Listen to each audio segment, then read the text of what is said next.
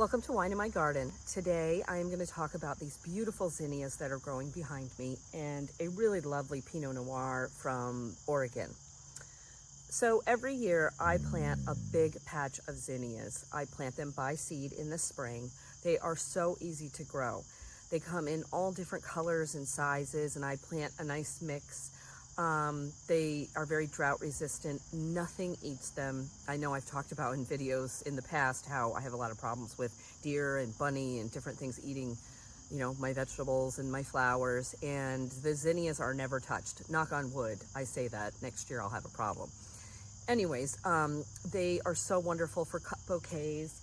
I have made my first bouquet of the season. As you can see, I've got all kinds of fun stuff. So I have the zinnias, and I have these gorgeous nasturtiums, which you can also see I have some beautiful patches growing down below the zinnias. And believe it or not, this gooseneck loosestrife, sorry, hard to say.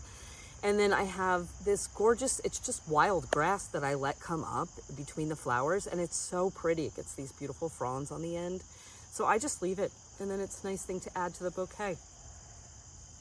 I will be able to have cut flowers all the way through the fall with these, and that's what I absolutely love about them.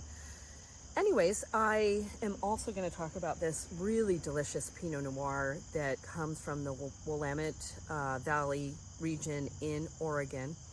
And it is Marion Cellars, the Harrison. So this Pinot, it never disappoints. Again, it's something that I take home, somewhat regularly.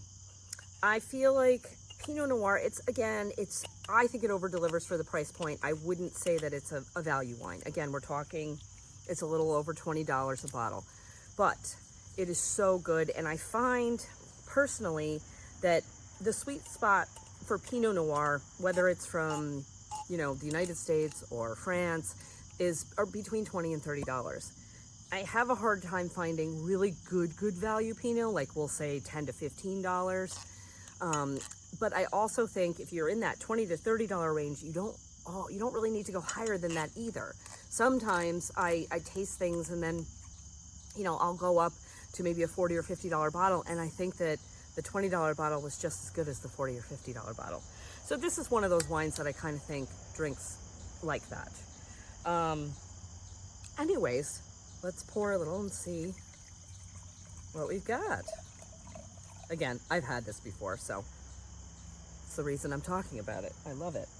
I like to feature wines that I enjoy, and again, I think over-deliver for the price point. So, super fragrant. I'm definitely getting a lot of tart raspberry on the nose. As I recall, this wine does drink just a little bit darker than your average Pinot. We'll see. Really pretty. Almost like a raspberry and Picheline olive. Little saline.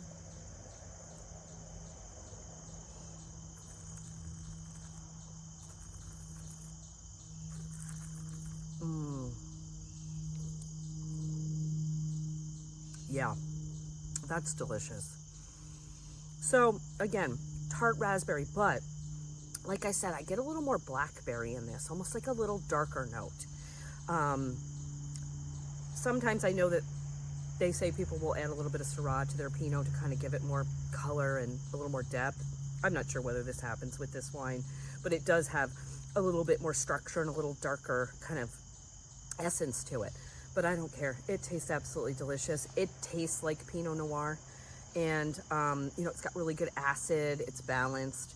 So tonight we're gonna have this bottle of wine, and we're gonna make some chipotle chicken tacos. So I marinate the chicken in some chipotle spices and lime and olive oil and garlic, and then we'll grill those. Off, and then I'll make a mango salsa, and I'll make a chipotle crema, and then we'll build our tacos with that. And this wine, with a little bit of tartness to it and a little bit of spiciness from the chipotle and a little smokiness from the chipotle, I think is going to be absolutely perfect. So thanks for joining me. Here's two gorgeous zinnias. Try and grow them in your garden because they're awesome. And a beautiful Pinot Noir from Marion Fields Cellars, the Harrison. Cheers.